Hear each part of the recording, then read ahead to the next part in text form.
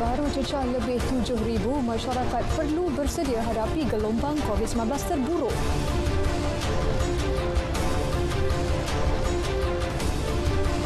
Pendaftaran vaksin AstraZeneca kepada orang ramai berusia 60 tahun ke bawah dibuka bermula tengah hari esok.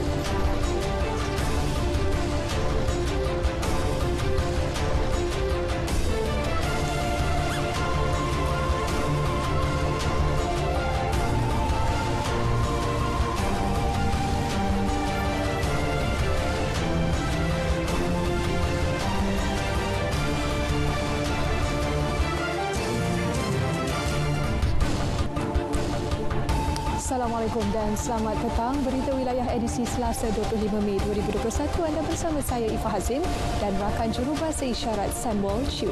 Terus setia bersama kami untuk perkembangan berita seluruh negara.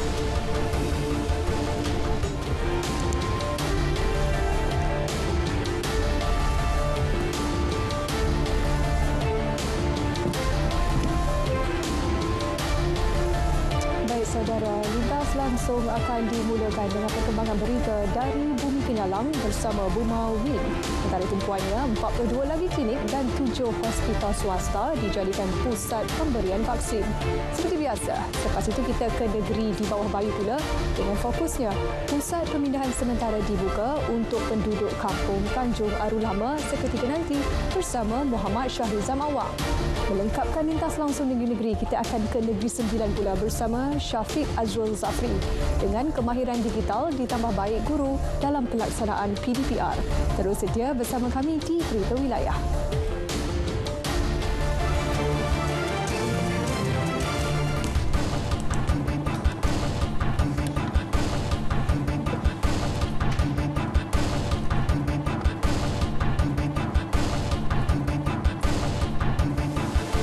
Saudara, Ketua Pengarah Kesihatan Tan Sri Dr. Nur Hisham Abdullah menggesa orang ramai agar bersedia untuk menghadapi gelombang COVID-19 terburuk berikutan trend terkini peningkatan graf jangkitan COVID-19 di Malaysia. Peningkatan kes bermula sejak 1 April dan boleh mencetuskan lonjakan menegak. Menerusi akaun Twitternya, Tan Sri Dr. Nur Hisham mahu masyarakat membuat persediaan untuk menghadapi keadaan terburuk. Beliau juga menasihatkan orang ramai agar duduk di rumah dan terus mematuhi prosedur operasi standard SOP sekiranya berlaku kecemasan atau hadir ke tempat kerja. Hari ini, Malaysia mencatat 7,289 kes baru iaitu kes harian tertinggi direkodkan.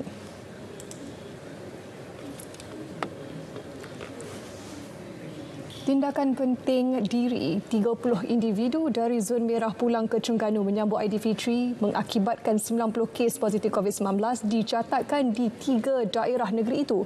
Pelanggaran SOP bagi pencegahan COVID-19 itu terbongkar apabila orang ramai dalam kalangan ahli keluarga dijangkiti di samping peningkatan mendadak kes dalam lokaliti di 3 daerah di negeri itu.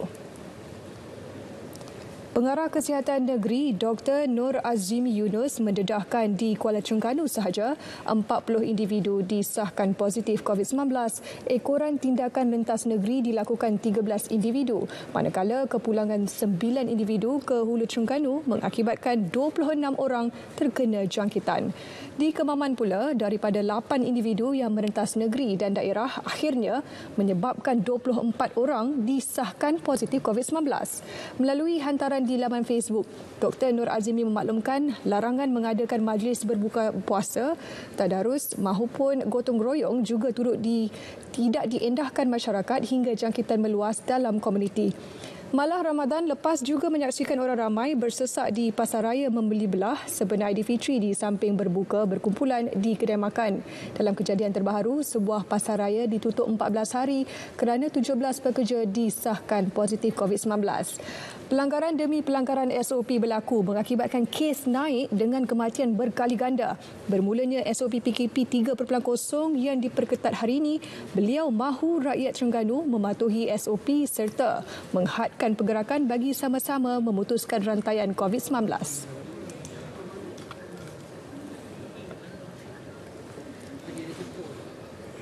Bermula 12 tengah hari esok, pusingan kedua pendaftaran tempahan vaksin COVID-19 AstraZeneca bakal dibuka kepada orang ramai berusia 60 tahun ke bawah. Menteri Sains, Teknologi dan Inovasi Khairy Jamaluddin berkata, keutamaan diberi kepada mereka di Lembah Kelang, Johor, Pulau Pinang, Kuching dan Biri, Sarawak. Bercakap dalam sidang media Badan Bertindak Imunisasi COVID-19 CITF secara maya, beliau turut memaklumkan ibu hamil dan yang sedang menyusukan anak kini boleh memaklumkan keadaan mereka melalui aplikasi MySejahtera untuk mendapatkan vaksinasi COVID-19. Ciri baru aplikasi MySejahtera akan diperkenalkan pada hujung minggu ini dan ia adalah untuk mengenal pasti ibu hamil dan ibu menyusu.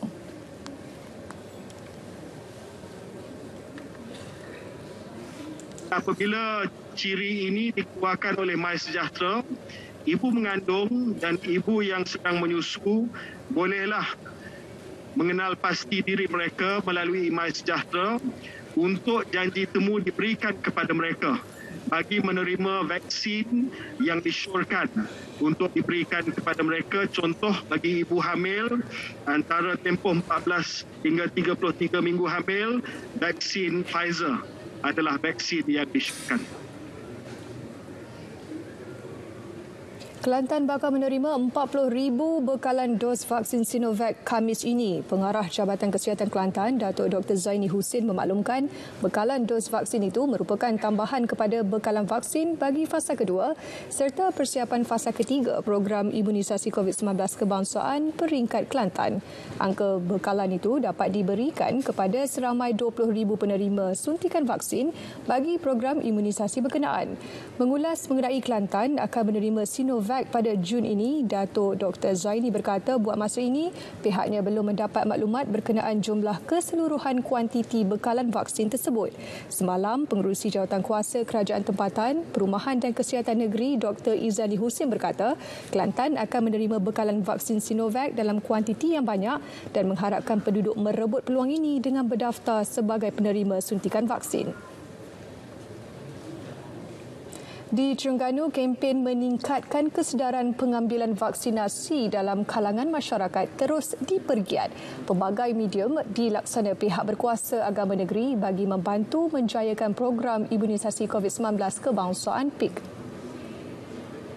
Ketua Pegawai Eksekutif Majlis Agama Islam dan Adat Melayu Maidam M. Rozi Bidin berkata beberapa langkah diambil antaranya menjadikan masjid dan surau sebagai medium perantara menerusi khutbah Jumaat dan menyampaikan maklumat berhubung perkara berkaitan. Tidak ada halangan untuk bekerjasama dengan agensi-agensi lain seperti Jabatan Kesihatan Negeri Terengganu ataupun lain-lain agensi bagi memastikan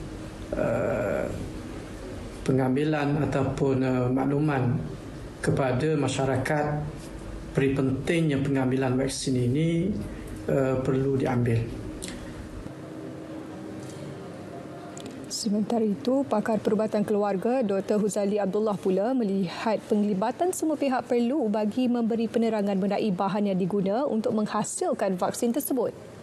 Lain daripada menegur, lain daripada melakukan penglibatan, memberi penerangan kepada mereka, jika mereka masih lagi tidak berhenti daripada melakukan penyelewengan fakta, menghasut orang lain dan sebagainya, mungkin pada satu ketika nanti pihak berkuasa agama perlu mengambil tindakan tertentu supaya mereka berhenti daripada terus menyelewengkan fakta tersebut.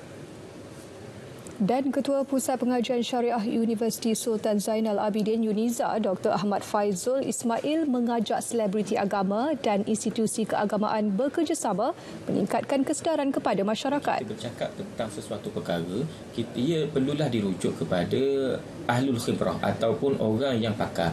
Dalam perkara ini disebut dalam Al-Quran, fas'alu ahla dzikri in kuntum la ta'lamun. Maka bertanyalah kepada mereka yang tahu sekiranya kamu tidak tahu.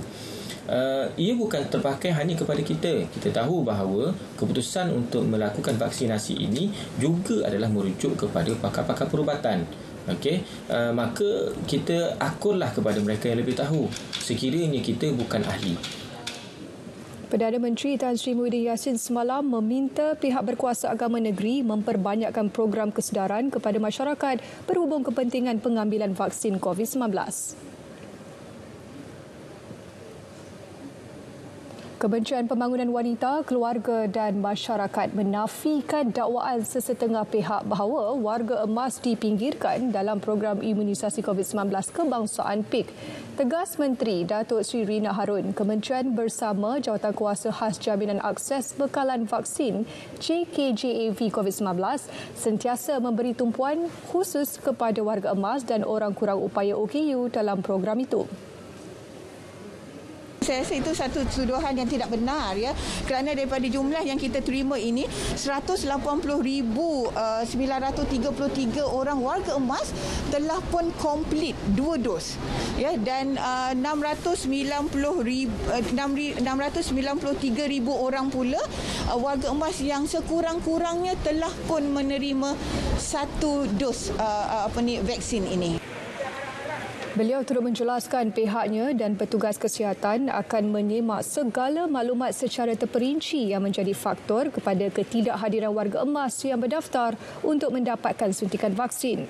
Beliau terdahulu mengadakan lawatan ke rumah Seri Kenangan RSK Cheng dan 162 penghuni warga emas menerima vaksin masing-masing hari ini. Timbalan Mufti Perak Datuk Zamri Hashim menafikan dakwaan yang tular di media sosial bahawa isteri Mufti Perak Tan Sri Harusani Zakaria dilaporkan telah meninggal dunia akibat COVID-19.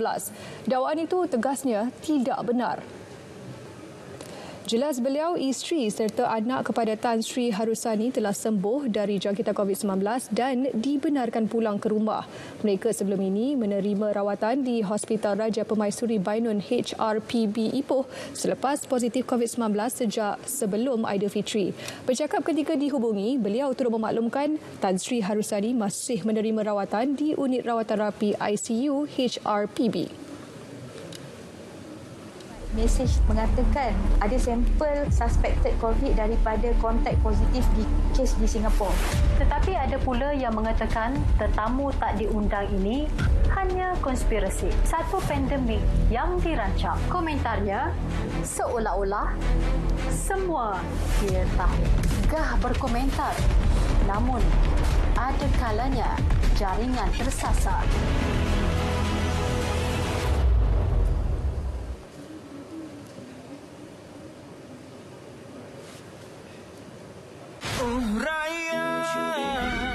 Janganlah pening kepala, semua boleh siap apa, cinta tolong kita. Dah nak raya, Aidilfitri jawabannya, sebarang disambut ceria, saya penuh idea.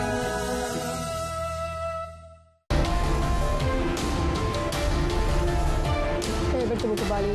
Bantuan khas RM1,000 dan bantuan sokongan lain akan disalur kepada semua mangsa yang terlibat dalam insiden 2 tren transit aliran ringan LRT laluan Kelana Jaya yang bertumbung di dalam terowong antara stesen LRT Kampung Baru dan KLCC semalam. Bantuan itu berkata Pengerusi Prasarana Malaysia Berhad Datuk Seri Tajuddin Abdul Rahman akan diberikan kepada semua individu tanpa mengira tahap kecederaan. Prasarana juga bersedia bertanggungjawab terhadap kos perubatan serta kos lain berkaitan akibat kecederaan yang dialami termasuk bantuan sara hidup. Besar kita akan memberikan bantuan kepada mereka yang hilang pendapatannya kerana kejadian ini. So for certain days, berapa hari mereka hilang pekerjaan, tak bekerja, tak boleh bekerja.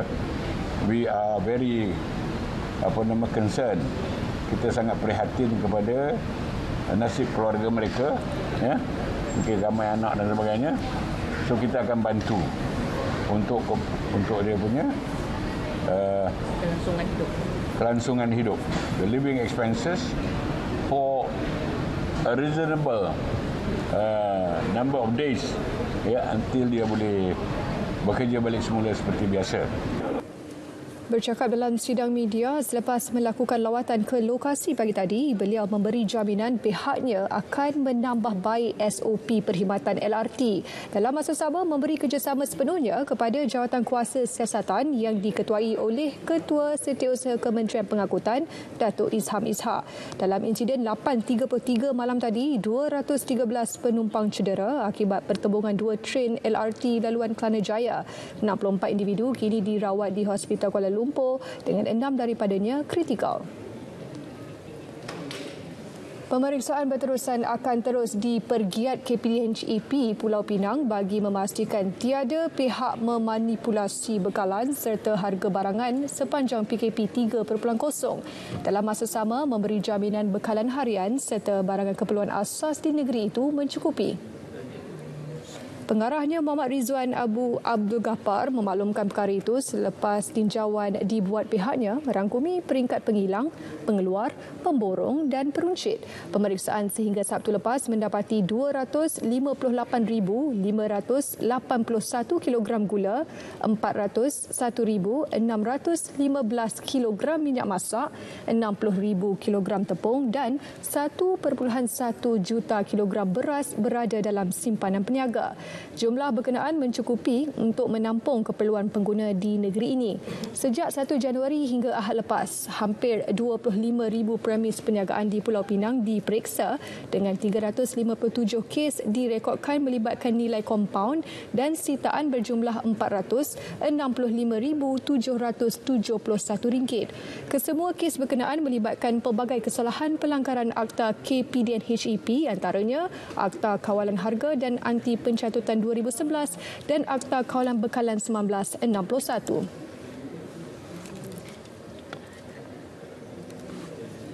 Sepanjang tempoh PKP 3.0 ini juga, Jabatan Pendaftaran Negara JPN Terengganu hanya menerima permohonan urus niaga menerusi janji temu sahaja.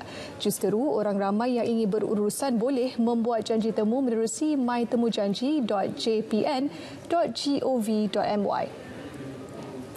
Kenyataan Pengarah JPN Negeri Muhammad Nasir Karim menyebut sistem berkenaan terpakai untuk janji temu di semua pejabat JPN termasuk UTC.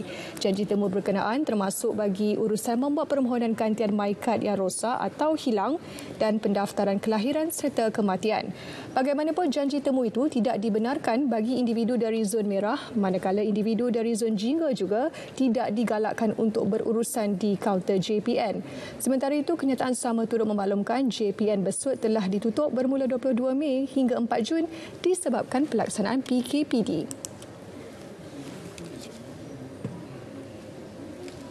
Hampir 203 kilogram ganja bernilai lebih RM1.5 juta dirampas dalam serbuan di 3 lokasi di Kedah dan Perlis. Serbuan dalam tempoh kurang 12 jam merupakan kolaboratif Jabatan Siasatan Jenayah Narkotik JSJN Bukit Aman bersama JSJN Kedah dan Perlis pada 22 Mei lepas.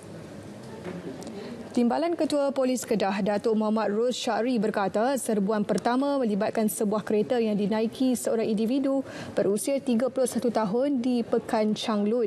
6 kuni putih berisi ganja seberat hampir 122 kg dirampas.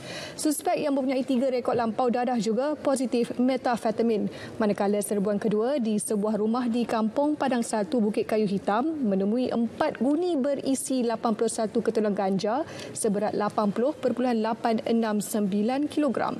Rentetan itu juga, serbuan ketiga dilancarkan ke sebuah rumah di Kampung Melayu Padang Besar Perlis dan menahan seorang individu berusia 30 tahun. Untuk kegiatan-kegiatan yang menyalahi undang-undang ini dilakukan dan polis sentiasa mengumpul risikan untuk memastikan operasi pembenterasan terhadap kegiatan-kegiatan yang salah sisi undang ini dilakukan walaupun dalam masa PKP.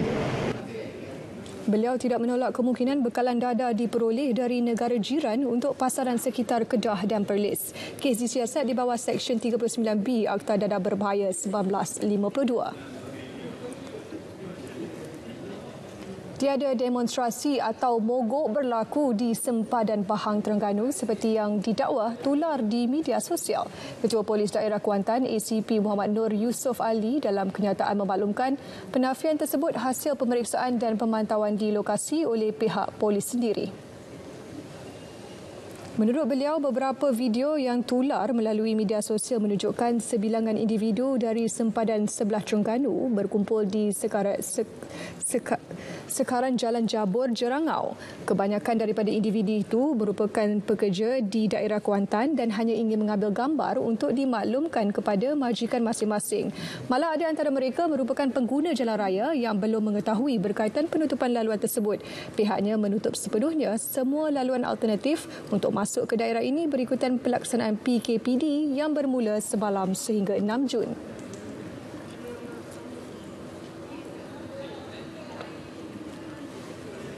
Tindakan pihak tidak bertanggungjawab mencuri altitude vault di tangki air Bukit Beris Jaya menyebabkan bekalan air kira-kira 600 akaun pengguna di Bandar Baru Beris Jaya, Sik, Kedah terjejas.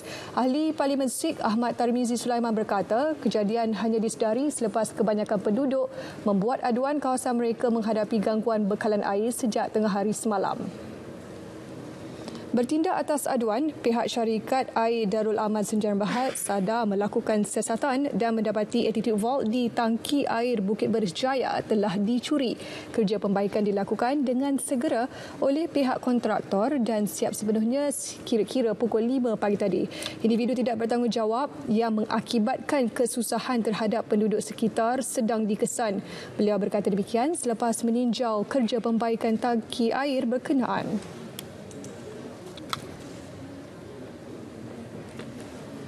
Perbadanan Bekalan Air Pulau Pinang PBAPP memohon semakan tarif air di negeri itu dalam usaha menjimatkan penggunaan air selain menangani risiko air mentah dengan lebih berkesan. Keperluan juga bagi memastikan keselamatan bekalan air untuk tempoh panjang. Ketua Pegawai Eksekutif PBAPP, Datuk Jasni Maidinsa dalam kenyataannya memaklumkan Suruhanjaya Perkhidmatan Air Negara SPAN akan melaksanakan rundingan awam berkaitan cadangan semakan semula tarif air yang dikemukakan pihaknya pada 2019. Permohonan semakan semula itu dibuat bagi mempertingkat dana mencukupi untuk projek CAPEX yang bertujuan menjamin kelestarian bekalan air menjelang 2050. Jelasnya tarif sedia ada yang rendah menyebabkan PBAPP tidak dapat mengumpulkan dana mencukupi untuk projek CAPEX yang dicadangkan. Semakan tarif dibuat berdasarkan mekanisme penetapan tarif TSM yang diluluskan oleh Kerajaan Persekutuan. Tarif air domestik Pulau Pinang sedia ada untuk 35,000 liter pertama sebulan pada 0.32 sen setiap 1,000 liter adalah yang terendah di negara ini. Manakala tarif air perniagaan untuk 500,000 liter pertama pada RM1.36 setiap 1,000 liter adalah yang ketiga terendah di Malaysia. Baik, untuk perkembangan cuaca semasa, kita langsung ke Jabatan Meteorologi bersama pegawainya Syazwani Yahya. Assalamualaikum dan salam sejahtera. Pada ketika ini, rantau negara masih lagi menerima pengaruh angin daripada arah baratan dengan kelajuan yang agak kencang, iaitu sehingga 60 km sejam dan ketinggian ombak boleh mencapai sehingga 4.5 meter. Oleh itu, Malaysia masih lagi mengekalkan amaran angin kencang dan lap gelora kategori pertama dan juga kedua bagi kawasan-kawasan perairan yang bertanda kuning dan juga jingga. Amaran ini dijangka akan berkuat kuasa sehingga 29 Mei nanti. Dan di sepanjang tempoh amaran, kebanyakan aktiviti pantai dan juga perkapalan seperti aktiviti perkhidmatan feri dan juga buk-buk kecil adalah amat berbahaya. Selain itu, terdapat penumpuan angin di sekitar kawasan pedalaman Semenanjung dan juga bahagian pedalaman negeri Sarawak. Keadaan ini boleh menyebabkan keadaan cuaca yang agak lembap di kawasan berkenaan. Baiklah, untuk paparan yang lebih terperinci, kita terus kepada paparan imej gemerada yang mana dapat kita perhatikan hujan berserta ribut petir kini sedang berlaku melibatkan hampir ke semua negeri di semenanjung Malaysia. Keadaan cuaca turut kelihatan agak lembap di sekitar bahagian pedalaman negeri Sarawak dan juga hampir ke semua bahagian di negeri Sabah.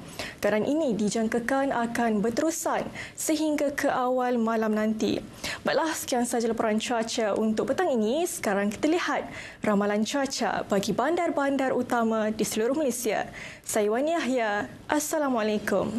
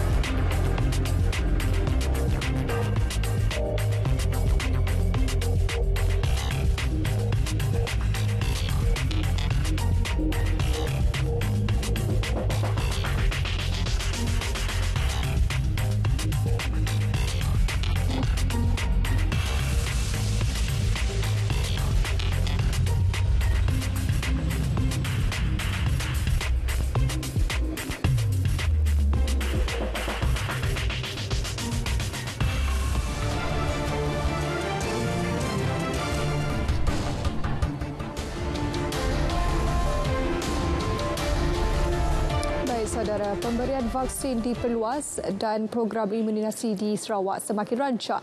Terus kita bersama Bu Mawin. Baik, terima kasih Ifah. Salam hormat dan salam sejahtera. Sarawak telah meluluskan sejumlah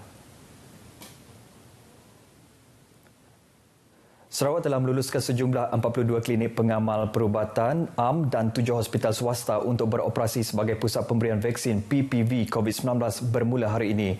Pengerusi Jawatan Kuasa Pengurusan Bencana Negeri JPBN, Dato' Ahmad Douglas Sugambas berkata, sebagai permulaan sejumlah 200 dos vaksin diperuntukkan setiap hari untuk hospital swasta yang terlibat di bawah program imunisasi COVID-19 kebangsaan PICK.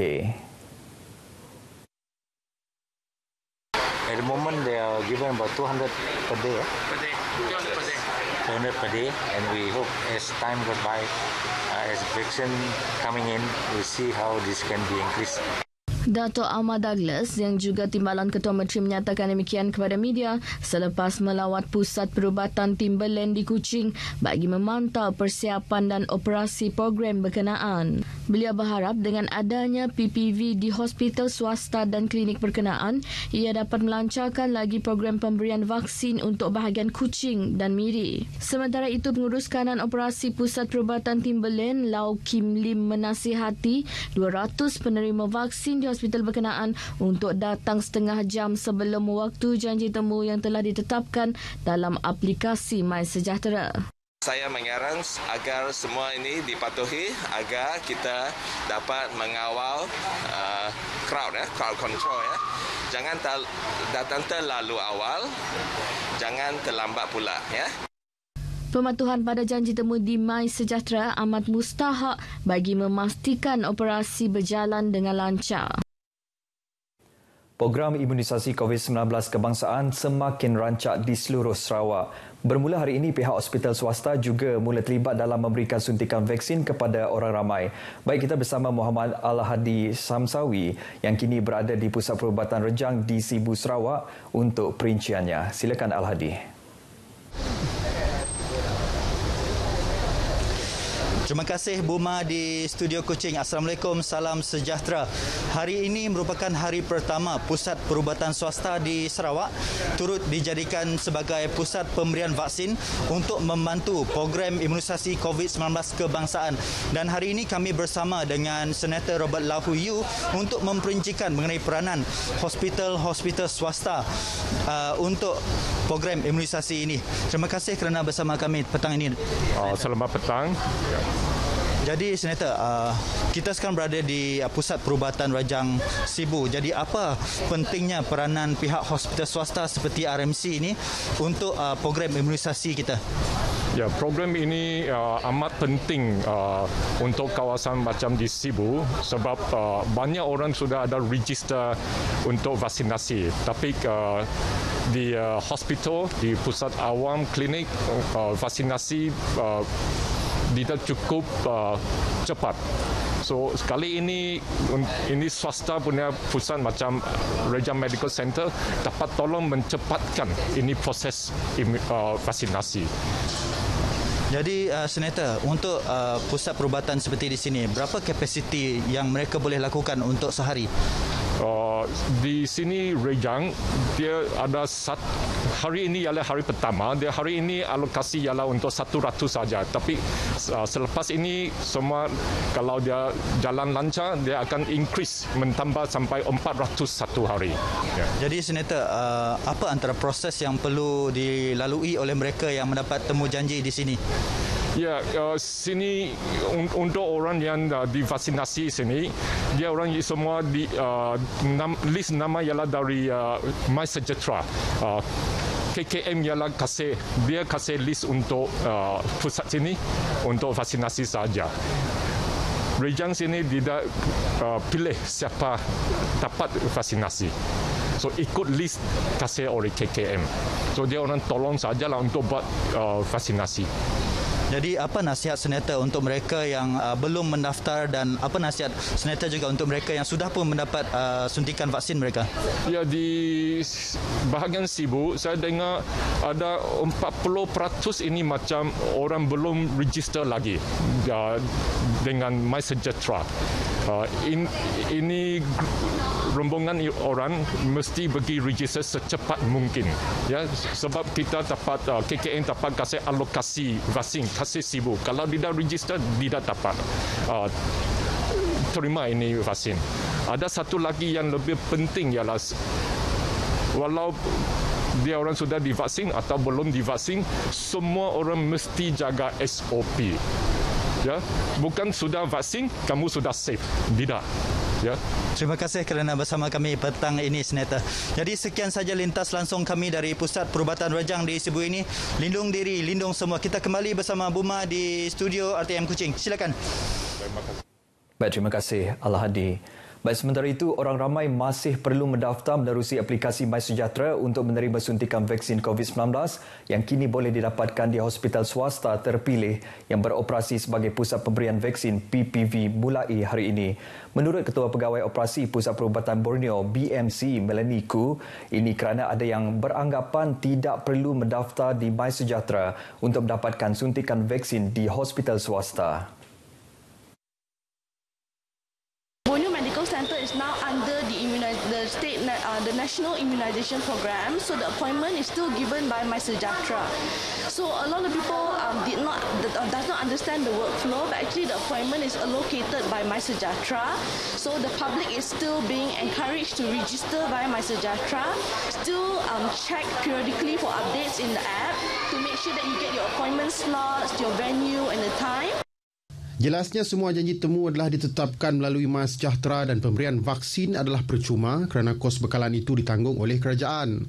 Bercakap kepada RTM, Melanie berkata kaki tangan hospital itu telah menjalani latihan mengenai aliran kerja pemberian vaksin di PPV Stadium Perpaduan sebagai persediaan untuk memulakan program itu di Hospital BMC.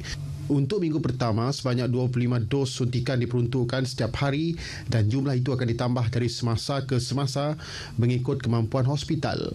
Sementara itu, orang ramai yang ditemui sangat menyokong PPV melibatkan hospital swasta. Bagus lah untuk mencepatkan proses nak si orang kita kan kes nak berebut jadinya dapat dibagi dua swasta dengan kerajaan dapat bekerjasama nak baguslah dimudahkan kita mempercepatkan dapat vaksin ya.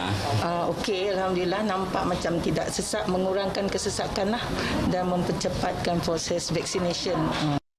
Sebanyak 7 hospital swasta di negeri ini mula beroperasi sebagai pusat pemberian vaksin hari ini, termasuklah Hospital Columbia Asia Miri, Hospital Pakai KPJ Kuching, Pusat Perubatan Rejang, Pusat Perubatan Timberland dan Pusat Perubatan Borneo. Individu yang bekerja dalam sektor perkhidmatan perlu di Sibu yang kerap merentas zon bertujuan melaksanakan tugas boleh menjalani ujian RT-PCR di Klinik Kesihatan Sibu Jaya mulai hari ini. Menurut kenyataan media Pejabat Kesihatan Bahagian Sibu, ujian calitan COVID-19 itu adalah percuma.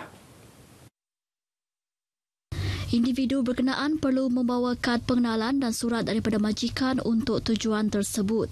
Ujian calitan itu boleh dibuat setiap Isnin hingga Jumaat, iaitu pada sebelah pagi dan petang, kecuali pada hari kelepasan am atau cuti umum. Prosedur operasi standard Perintah Kawalan Pergerakan Bersyarat Terkini Sarawak bermula 18 Mei sehingga 7 Jun yang diumumkan baru-baru ini telah mewajibkan pekerja sektor perkhidmatan perlu yang kerap merentas zon untuk menjalani ujian calitan jenis RT-PCR setiap 2 minggu. Baik, saudara, sekian berita dari Sarawak. Kita kembali bersama Ifa di Angkasa Puri. Silakan Ifa. Baik, terima kasih Buma.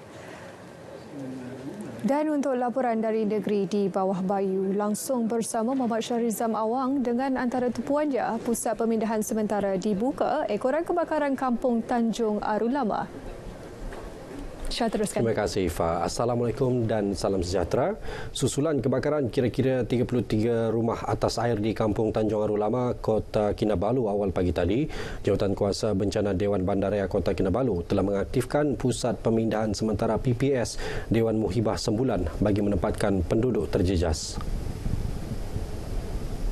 Menteri Pembangunan Masyarakat dan Kesejahteraan Rakyat Insinyur Syahelmi Yahya berkata, tempat khas menempatkan barangan keperluan untuk penduduk terjejas juga disediakan bagi memudahkan penyaluran dan penerimaan bantuan termasuk dari pihak luar. Kita sedang mengumpul data untuk melihat keadaan yang lebih jelas dan seterusnya nanti kita akan memberi bantuan yang sewajarnya. Syahelmi ditemui media selepas meninjau lokasi kebakaran di Tanjung Aru, turut menasihati orang ramai agar memastikan pilih bomba di kawasan kediaman dalam keadaan baik bagi melancarkan tugasan pasukan bomba. Terdahulu pasukan bomba berhadapan kekangan ketika pemadaman disebabkan tekanan air pilih bomba rendah dan laluan sempit menyukarkan jentera penyelamatan sampai ke lokasi. Sementara itu, turut melawat lokasi kebakaran Menteri Tugas-Tugas Khas Datuk Muhammad Arifin Muhammad Arif yang memaklumkan bahawa pihaknya telah mengenal pasti madrasah tahfiz yang terjejas untuk disalurkan bantuan. Agensi agama, MUIS, Jahin, Yadim, Tabung Haji, Yapim dan beberapa agensi lain akan mencari jalan membantu setelah dapat senarai yang diperlukan, dan insyaAllah dari masa ke masa kita akan mencari jalan macam mana untuk meringankan beban mangsa yang terlibat. Kebakaran pada pukul 1 pagi ini melibatkan lebih 60 keluarga hilang tempat tinggal. Dalam pada itu, bagi mendapatkan maklumat lanjut mengenai kebakaran di Kampung Tanjung Aru Lama berkenaan, bersama wartawan Saleh Jikri yang berada di lokasi. Saleh, silakan. Baik, terima kasih.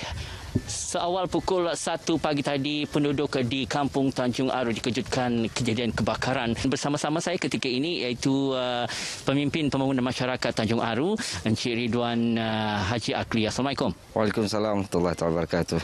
Baik Tuan, bagaimana agaknya kejadian kebakaran berlaku di Kampung Tanjung Aru ini? Okey, saya mendapat maklumat daripada UPPM, staf UPPM saya yang kebetulan tinggal di lokasi kejadian dan merupakan salah seorang mangsa, dan saya dimaklumkan kejadian berlaku lebih kurang jam 1 pagi. Apabila mendapat maklumat seperti itu, saya terus bergegas ke lokasi kejadian, dan ketika saya sampai di lokasi kejadian memang api agak marak dengan besar dan dengan kuat, dan tapi saya tahu memang ketika itu pihak bomba telah hadir. Namun saya telah menelefon lagi pihak bomba untuk menambah lagi bantuan dan untuk diletakkan di kawasan masjid perkarangan Masjid Kampung Tanjung Aru Lama. Dari segi berapa buah rumah pula terjejas? Rumah terjejas ialah 33 buah rumah yang telah kita kenal pasti dan telah dimaklumkan juga oleh pihak Jabatan Bomba. Okey tuan. Dari segi penduduk yang terjejas kebakaran ini, status mereka adakah ditempatkan di pusat pemindahan sementara atau bagaimana? Kita telah memohon agar satu pusat pemindahan sementara dibuka awal pagi tadi. Saya telah memohon kepada pihak DBKK agar membuka Dewan Muhibah Kampung Sembulan kerana itu yang dewan tertutup yang paling hampir dengan lokasi kejadian. Namun mangsa-mangsa yang ada yang terkesan dengan musibah ini merupakan anak asal Kampung Tanjung Aru. Rata majoritinya memang anak asal Kampung Tanjung Aru dan mempunyai keluarga yang berhampiran juga di sini yang tidak terkesan dengan musibah ini. Mereka majoriti mereka memilih untuk tinggal bersama keluarga, rumah-rumah keluarga yang berhampiran dan berdekatan dengan lokasi. Baik, terima kasih tuan. Terima kasih. Baik, ingat api kecil menjadi kawan, bila besar akan menjadi lawan. Jadi hati-hati kediaman anda, pastikan anak-anak anda tidak bermain dengan api. Silakan. Terima kasih Salih Jikri dengan laporannya. Beralih ke perkembangan banjir, jumlah penduduk terjejas yang ditempatkan di Pusat Pemindahan Sementara PPS menurun berikutan beberapa pusat pemindahan sementara PPS ditutup memandangkan keadaan beransur pulih. Setakat 4 petang tadi, 3,978 orang melibatkan 1,132 keluarga berada di 31 PPS di daerah Tenom dan Beaufort. Menurut kenyataan Jawatan Kuasa Pengurusan Bencana Negeri Sabah, 6 PPS ditutup di Tenom, antaranya Rumah Kebudayaan Paguakon, Rumah Kebudayaan Mandalom Lama dan SK Saga. Ketika ini, 3,375 penduduk terjejas melibatkan 977 keluarga sedang berlindung di 27 PPS yang masih aktif di daerah berkenaan. Sementara itu, di Beaufort, jumlah penduduk terjejas tidak berubah sejak semalam iaitu 603 penduduk melibatkan 155 keluarga. Mereka ditempatkan di 4 PPS iaitu Dewan DSP Muhammad Dun Banir, Dewan Selagon, Dewan Residen dan Dewan Kebudayaan dan Kesenian Bisaya.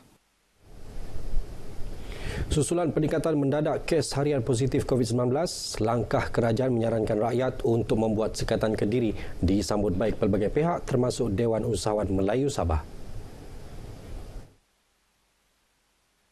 Presidennya Datuk Awang Butamam Awang Mahmud berkata, sekiranya semua pihak memainkan tanggungjawab mengamalkan sekatan kendiri dan kerjasama secara konsisten, usaha untuk melandaikan lengkung COVID-19 sekaligus memutuskan rantaian pandemik dapat dicapai. Jika sekatan kendiri yang disarankan oleh kerajaan ini kita lihat tidak akan efektif sepenuhnya, maka saya mencadangkan agar perkhidmatan perniagaan yang tidak penting ataupun non-essential services hendaklah ditutup sepenuhnya dalam tempoh 2 minggu mendatang ini. Datuk Awang Butamam menyatakan demikian kepada RTM dalam temu bual eksklusif di pejabatnya di Kota Kinabalu. Mengulas mengenai jumlah pendaftaran penerima vaksin yang masih rendah, beliau berkata usaha perlu dipergiat oleh badan-badan kerajaan maupun badan bukan kerajaan NGO untuk memberi kefahaman kepada rakyat kerana ia bukan hanya terletak di bahu kerajaan semata-mata. Paparan tadi mengakhiri perkembangan dari Sabah untuk petang ini. Patuhi SOP dan amalkan kawalan kendiri kerana pandemik masih menular dalam komuniti. Kembali bersama Ifah Azim di Angkasa Peri. Ifah, silakan. Baik, terima kasih Syah. Perketakan SOP dalam tempoh PKP 3.0. Kita lihat apa reaksi masyarakat di Negeri Sembilan juga pelaksanaan PDPR kali ini. Adakah ianya lebih baik? Syafiq Azrul Zafri di studio berita RTM di Seremban bersedia dengan laporannya. Sekatan tambahan ketika pelaksanaan Perintah Kawalan Pergerakan PKP 3.0 adalah strategi dalam mengetatkan SOP. Antaranya orang ramai diwajibkan untuk menggunakan aplikasi MySejahtera ketika masuk ke premis bagi merekodkan kunjungan mereka. Waktu operasi bagi semua premis kecuali farmasi turut dihadkan antara pukul 8 pagi hingga 8 malam. Kru RTM mendapatkan reaksi masyarakat mengenai sekatan tambahan itu.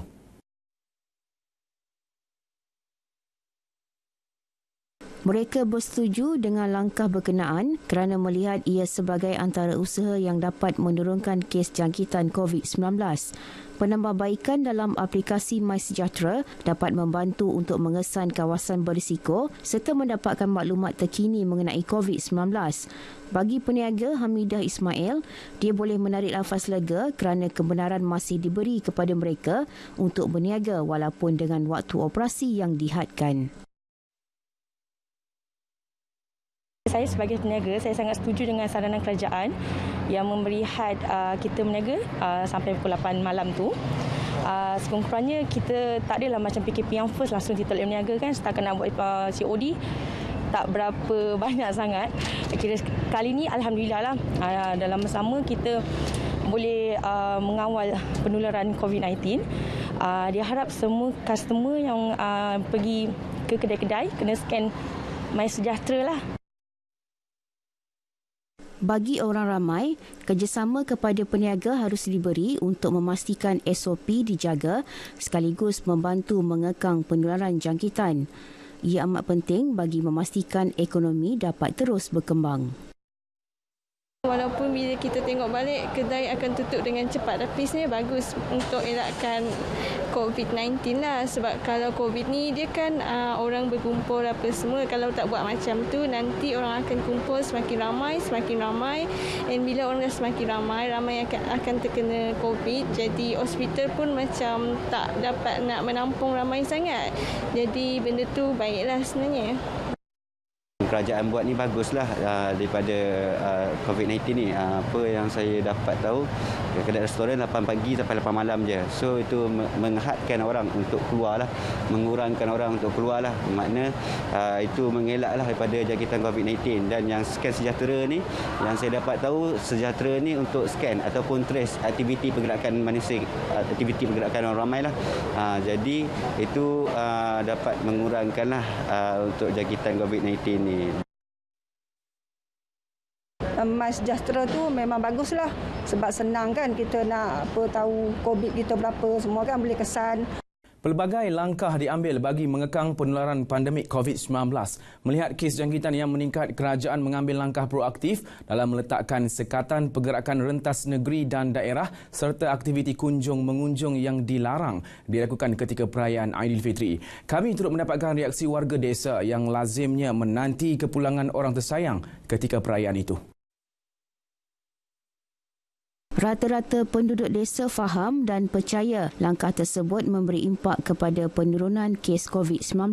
Ini kerana kira-kira 60% daripada penduduk kampung yang terlibat dengan maklum balas kami merantau untuk mencari rezeki. Justru sekatan pergerakan tersebut dapat memelihara komuniti kampung daripada mencipta kluster baru. Mereka yang sedia ada tinggal di kampung juga turut sentiasa diingatkan dan faham akan arahan untuk tidak melakukan aktiviti ziarah rumah ke rumah dan terus menjaga kawalan kendiri.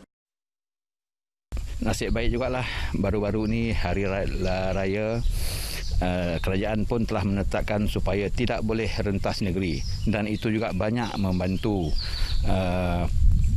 memutuskan rangkaian COVID itu di kampung ini kerana di kampung ini lebih kurang 60% anak-anak muda berada di perantauan. Cuba bayangkan kalau mereka dibenarkan balik. Mungkin situasi itu akan jauh berbeza daripada apa yang ada sekarang. Dan sehingga ke hari ini Kampung Gagu kekal zon hijau. Belum ada seorang pun yang kena. Jadi ini semua berkat pematuhan yang telah diikuti oleh penduduk-penduduk kampung ini dan mereka juga memberikan kerjasama yang sepenuhnya. Apa yang kita berikan maklumat dan juga apa yang kita cadangkan supaya jangan keluar ke bandar jika tidak ada keperluan sangat pun alhamdulillah dipatuhi oleh penduduk kampung. Ikut SOP lah yang ditetapkan oleh kerajaan. Pergi keluar tak boleh kunjung-kunjung, pakai tutup mulut dan kerap cuci tangan dan jangan salam bersentuh salam dan ikutlah mana yang tetap oleh kerajaan SOP lah. Jadi kita boleh mencegah COVID-19 ni. Guru kini lebih bersedia menambah baik kemahiran digital dalam menyampaikan ilmu kepada pelajar menerusi sesi pengajaran dan pembelajaran di rumah PDPR yang dilaksanakan ketika ini. Jika sebelum ini terdapat pelbagai kekangan bagi guru melaksanakan PDPR ketika PKP 1.0 dan 2.0 berikutan penutupan sekolah, namun kini guru lebih bersedia dan menambah baik kaedah pembelajaran digital demi memastikan ilmu dapat disampaikan kepada pelajar. Menurut Presiden Ikatan Guru-Guru Muslim Malaysia, iGuru, Muhammad Azizi Hassan, pihaknya yakin PDPR kali ini berjalan lancar dan berkesan berdasarkan pengalaman yang diperoleh guru. Dan apabila berlaku kali yang ketiga ini, saya yakin dan percaya guru-guru akan membuat yang terbaik untuk memastikan anak murid mendapat akses pendidikan, dan kita akan pastikan bahawa tidak ada murid yang ketinggalan dalam mengikuti pembelajaran secara PDPR ini. Saya yakin guru-guru kita cukup bersedia dengan pengalaman yang mereka lalui sebelum ini, dan yang penting sekali ialah kita memerlukan sokongan ibu bapa di rumah untuk memastikan anak-anak mengikuti pembelajaran dalam PDPR dan juga disiplin pelajar untuk mengikuti pembelajaran secara dalam talian ini. Pihaknya turut menyambut baik usaha yang dilaksanakan kerajaan dalam meningkatkan akses capaian internet di kawasan pendalaman dan luar bandar bagi melancarkan PDPR. Selain itu, proses bantuan alat peranti kepada murid dalam kalangan keluarga B40 di seluruh negara turut dilaksana. Justru beliau berharap semua pihak dapat memainkan peranan serta terus komited dalam memastikan PDPR kali ini dapat dilaksana dengan berkesan. Sekian paparan dari Negeri Sembilan. Kembali ke Angkasa Puri. Baik, terima kasih Syafiq. Saudara, Berita Wilayah akan berehat seketika, kembali selepas ini.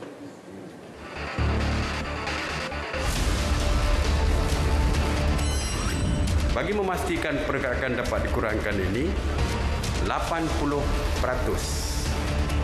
kaki tangan kerajaan akan bekerja dari rumah yang melibatkan seramai 750,000 pekerja. Selain daripada itu, sektor swasta juga akan mengurangkan jumlah pekerja. Yang bekerja dari rumah untuk sektor swasta adalah 40% yang melibatkan 6.1 juta pekerja sektor swasta.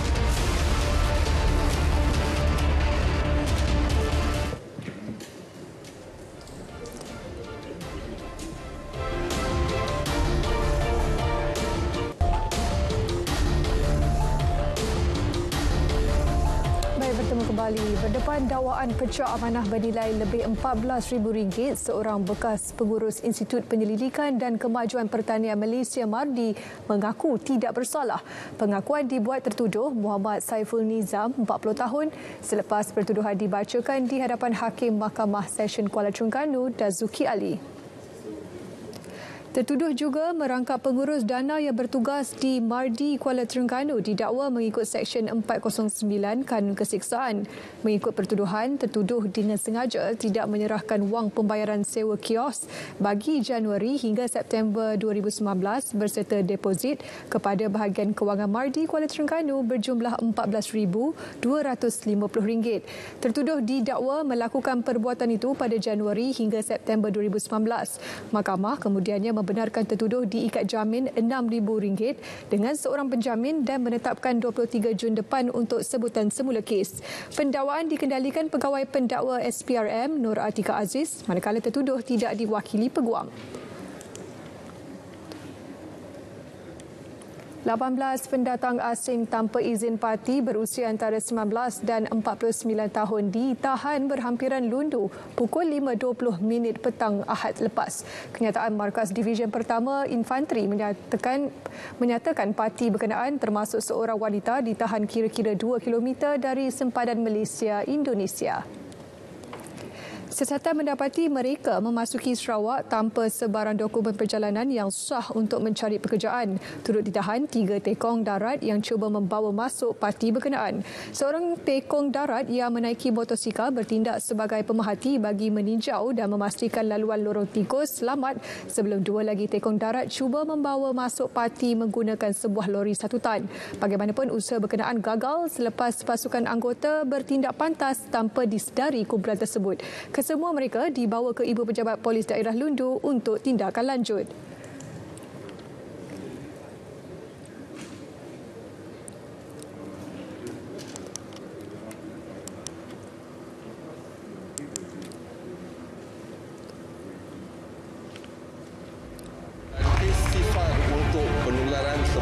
Saat itu kita mengimpikan kemenangan.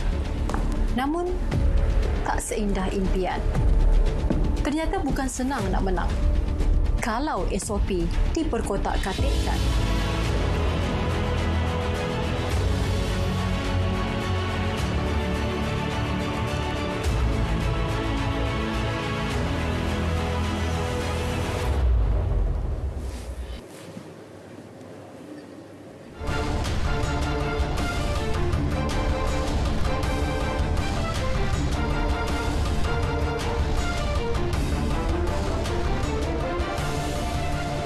Kita beralih ke perkembangan sukan. Skuad Harimau Melaya berlepas ke Manama, Bahrain hari ini bagi meneruskan kem latihan pusat dan aksi persahabatan menjelang baki pusingan 2 kelayakan Piala Dunia 2022, Piala Asia 2023. Menerusi kenyataan Persatuan Bola Sepak Malaysia, skuad negara bakal menjalani latihan selama seminggu di Manama selain berdepan aksi persahabatan dengan pasukan ranking ke-99 dunia Bahrain di Stadium Nasional pada Jumaat. Sebelum ini, skuad kendalian Tan Cheng Ho itu menjalani latihan pusat di Dubai, Emirat Arab Bersatu UAE hampir seminggu selain mengadakan perlawanan latihan dengan Kuwait baru-baru ini. Lepas seminggu kita teruskan berlatih bersama, saya nampak banyak pembaruan dan banyak positif yang ada dalam skuad. Dan saya harap pada akan datang, hari-hari yang akan datang, training yang akan datang, kita akan lebih fokus dan lebih memberi full commitment untuk skuad kebangsaan. Skuad Harimau Melaya kemudian dijadual terbang semula ke Dubai bagi persiapan terakhir sebelum mengharungi aksi kelayakan dengan UAE pada 3 Jun, Vietnam 11 Jun dan Thailand 15 Jun 2021. Impian Yayasan Kebajikan Atlet Kebangsaan Yakib untuk memiliki bangunannya tersendiri bakal terlaksana tidak lama lagi. Pengerusinya Datuk Nurul Arifin Abdul Majid berkata, perbincangan dengan pemilik tanah iaitu Kementerian Pendidikan telah berlangsung dengan lancar dan andai diberi lampu hijau, proses pembinaan akan dilakukan dengan segera. Bangunan yang akan dijadikan pusat kecemerlangan itu nanti bukan sahaja menempatkan pejabat, malah bakal mempunyai kemudahan sukan, mini stadium, dewan dan hostel untuk bekas atlet yang datang bagi menjalani seminar dan bengkel kemahiran.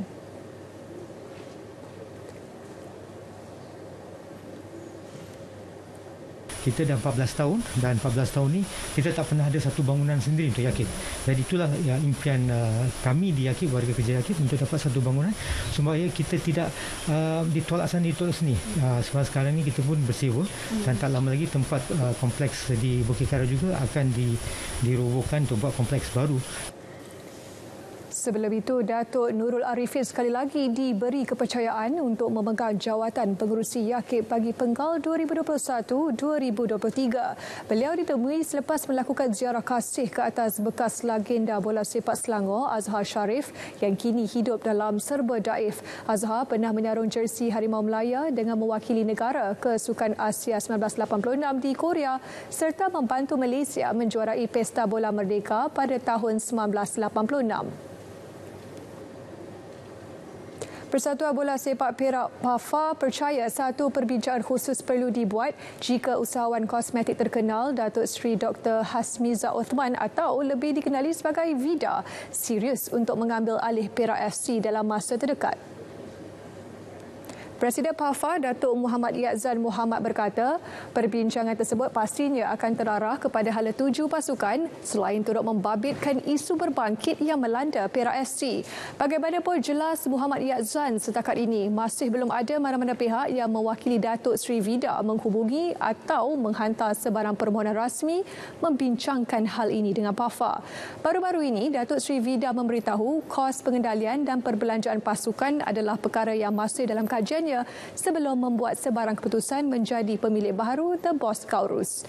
Vida dalam kenyataan sama turut menegaskan perkara itu perlu diambil kira kerana ia membabitkan perbelanjaan besar, antaranya membabitkan gaji pemain sekaligus memerlukan pelaburan yang bijak untuk mewujudkan situasi menang-menang.